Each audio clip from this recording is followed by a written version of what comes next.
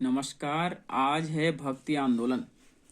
6ठी शताब्दी में भक्ति आंदोलन का शुरुआत तमिल क्षेत्र में हुई। सबसे पहले भक्ति आंदोलन की शुरुआत कहाँ हुई तो तमिल क्षेत्र से हुई, जो कर्नाटक और महाराष्ट्र में फैल गई। ठीक है, तमिल क्षेत्र में तो हुई, लेकिन कहाँ फैल गई? कर्नाटक और महाराष्ट्र। भक्ति आंदोलन का विकास 12 अलवार वैष्णव संतों और 63 नयनार संतों ने किया। बहुत इंपॉर्टेंट है कि भक्ति आंदोलन का विकास किसने किया, तो 12 अलवार तथा जो अलवार मतलब वैष्णव संत थे और नयनार मतलब शैव संत थे, जो 63 नयनार थे। शैव संत अपार ने पल्लव राजा महेंद्र वर्मन को शैव धर्म स्वीकार करवाया। किस पल्लव शासक को अपार ने शैव धर्म स्वीकार किया? तो महेंद्र वर्मन। भक्ति कवि संतों को संत कहा जाता था और उनके दो समूह थे। प्रथम समूह वैष्णव संत थे, जो महाराष्ट्र में लोकप्रिय हुआ। मतलब वैष्णव संत कहाँ लोकप्रिय हुए? महाराष्ट्र में। वे भगवान विठोबा को के भक्त थे। मतलब विष्णु का एक नाम विठोबा आया है। विठोबा पंथ के संत और उनके अनुयायी वरकरी या तीर्थ यात्री पंथ कहलाते थे। प्रश्न ऐसा बन सकता है कि विठोबा पंथ के संत किस पंथ के अनुयायी थे? तो वरकरी या तीर्थ यात्री के पंथ कहलाए, क्योंकि हर वर्ष पढ़रपुर की तीर्थ यात्रा पर जाते थे। मतलब वैष्णव संत किसकी यात्रा पर जाते थे? पढ़रपुर। दूसरा समूह पंजाब और राजस्थान के हिंदी भाषी क्षेत्र में सक्रिय था। इसकी निर्गुण भक्ति हर विशेषता से भगवान की भक्ति में आस्था थी। भक्ति आंदोलन को दक्षिण भारत से उत्तर कौन लाए? तो रामानंद। बहुत इंपॉर्टेंट प्रश्न है कि भक्ति आंदोलन को दक्षिण से उत्तर कौन लाए? तो रामानंद। बंगाल में कृष्ण भक्ति की प्रारंभिक प्रतिपादकों में विद्यापति ठाकुर और चंडीदास थे। बंगाल में भक्ति आंदोलन किसने प्रतिपादित किया? तो विद्यापति ठाकुर और चंडीदास ने। रामानंद की शिक्षा से दो संप्रदायों का प्रादुर्भाव हुआ। सगुण, जो पुनर्जन्म में विश्वास रखता था, और निगुण, जो भगवान के निराकार रूप को पूजता था। सगुण समुदाय के सबसे प्रसिद्ध व्याकरणाचार्यों में से थे तुलसीदास और नाभादास जैसे राम भक्त, निम्बार्क, वल्लभाचार्य, चैतन्य, सूरदास, मीराबाई, कृष्ण भक्त। निगुण समुदाय के सबसे प्रसिद्ध प्रतिनिधि कबीर, जिन्हें भावी उत्तर भारतीय पंथों का आध्यात्मिक गुरु माना जाता है। किसे भावी उत्तर भारतीय पंथों का आध्यात्मिक गुरु माना जाता है? तो कबीर को माना जाता है। शंकराचार्य ने अद्वैत दर्शन के विरोध में दक्षिण में वैष्णव संतों के द्वारा 4 मतों की स्थापना की। ठीक है, अद्वैतवाद के विरोध में दक्षिण में वैष्णव संतों के 4 समुदाय की स्थापना किसने की? तो शंकराचार्य। ये 4 मत हैं। श्री संप्रदाय, इसकी स्थापना रामानुजाचार्य ने की। इनका जो मत था वो विशिष्ट द्वैतवाद था। बहुत बार प्रश्न में आया है कि श्री संप्रदाय के संस्थापक रामानुजाचार्य किस मत से थे? विशिष्ट द्वैतवाद।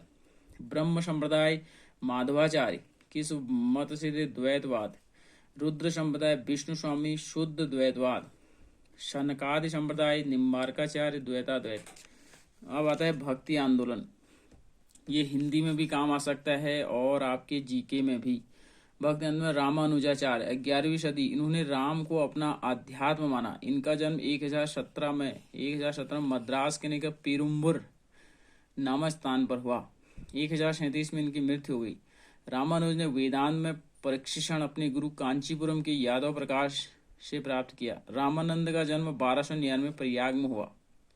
इनकी शिक्षा प्रयाग तथा वाराणसी में हुई। इन्होंने अपना संप्रदाय सभी जातियों के लिए खोल दिया। रामानुज की भांति इन्होंने भी भक्ति को मोक्ष का एकमात्र साधन स्वीकार किया। इनके 12 शिष्य थे, जिसमें 2 स्त्रियां पद्मावती और सुरती।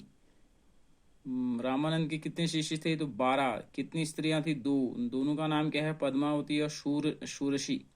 इनके प्रमुख से रैदास हरिजन थे, कबीर जुलाहा था, धन्ना जाट था, सेना नाई था, पीपा राजपूत था। कबीर का जन्म 1440 में विवादास्पद है। ये वाराणसी में एक विधवा ब्राह्मणी के गर्भ से हुआ।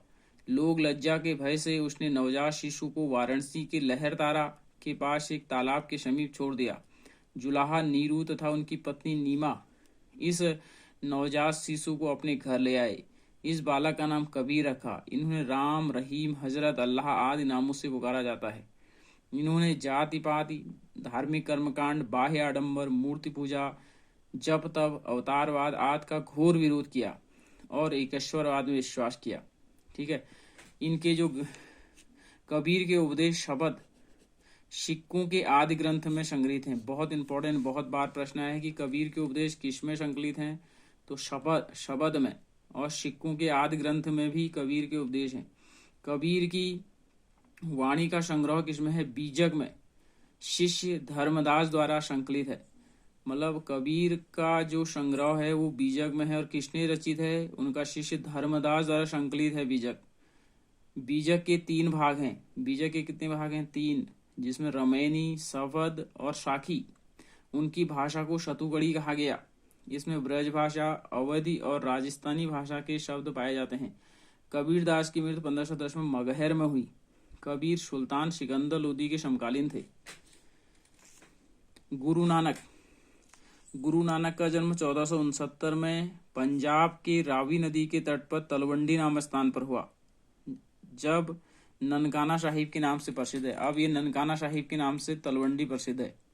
इनकी माता का नाम तृप्ता देवी तथा पिता का नाम कालू राम था। बटाला के मूलराज खत्री की बेटी सुलक्षणी से इनका विवाह हुआ। ये प्रश्न आ सकता है, सुलक्षणी किसकी पत्नी थी, तो गुरु नानक की, जिससे उन्हें 2 पुत्र प्राप्त हुए। देश का 5 बार उन्होंने चक्कर लगाया, जिसे उदासीस कहा गया।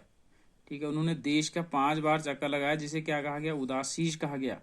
उन्होंने कीर्तनों के माध्यम से उपदेश दिए। अपने जीवन के अंतिम क्षणों में उन्होंने रावी नदी के किनारे करतारपुर में अपना डेरा डाला। अपने जीवन काल में उन्होंने आध्यात्मिक आधार पर अपने पुत्रों की जगह अपने शिष्य भाई लहना मतलब अंगद को अपना उत्तराधिकारी नियुक्त किया। किसने, गुरु नानक ने। उनकी मृत्यु 1539 में करतारपुर में हुई। नानक ने सिख धर्म की स्थापना की। नानक सूफी संत बाबा फरीद से प्रभावित हुए। बहुत बार प्रश्न आए हैं, इनमें से नोट जरूर बनाएं। चैतन्य स्वामी, चैतन्य का 1486 में नवदीप बंगाल के मायापुरी गांव में हुआ। नवदीप मायापुरी गांव में किसका जन्म हुआ, चैतन्य का। इनके पिता का नाम क्या था, जगन्नाथ मिश्र, तथा माता का नाम सची देवी था।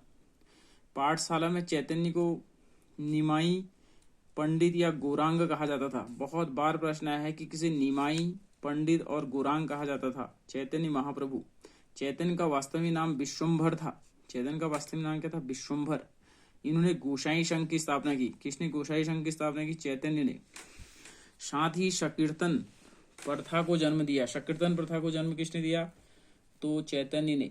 इनके दार्शनिक सिद्धांत को अचिंत भेदवाद कहा गया है। किसके दार्शनिक सिद्धांत को अचिंत भेदवाद कहा गया है, चैतन्य। संन्यास लेने के बाद बंगाल छोड़कर पूरी उड़ीसा चले गए। कौन, चैतन्य। जहां उन्होंने 2 दशक तक भगवान जगन्नाथ की उपासना की। उनकी मृत्यु 1533 में हुई।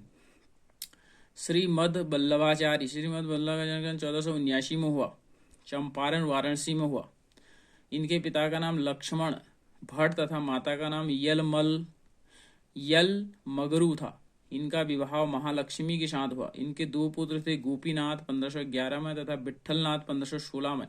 इन्होंने गंगा यमुना संगम के समीप अरैल नाम स्थान पर अपना निवास स्थान बनाया। किसने, अरैल नाम स्थान पर अपना स्थान वल्लभाचार्य ने। वल्लभाचार्य ने भक्ति साधन पर विशेष जोर दिया। इन्होंने भक्ति को मोक्ष का साधन बताया। इनके भक्ति मार्ग को पुष्टि मार्ग कहा गया। सूरदास 1483 से 1500 वल्लभाचार्य के शिष्य रहे। उसके बाद आता है तुलसीदास। तुलसीदास का जन्म उत्तर प्रदेश के बांदा जिले में हुआ 1532 में। इनने रामचरितमानस की रचना की। 1623 में इनका देहांत हो गया। अकबर एवं मेवाड़ के राणा प्रताप के समकालीन थे। धन्ना का जन्म 1415 में जाट परिवार में हुआ। अकबर ने बनारस आकर रामचंद्र के शिष्य बन गए। मीराबाई का जन्म 1498 में मेड़ता जिले के चौकारी ग्राम में हुआ। इनके पिता का रत्न सिंह राठौर था। भोजराज से इनका विवाह हुआ। ठीक है।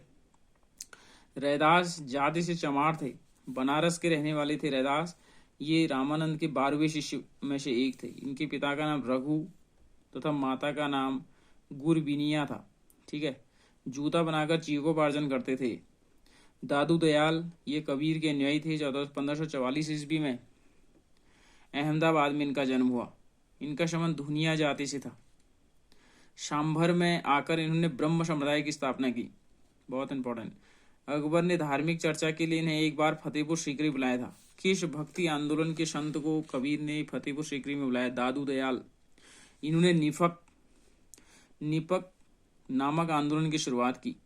इनकी मृत्यु 1603 ईस्वी में हो गई।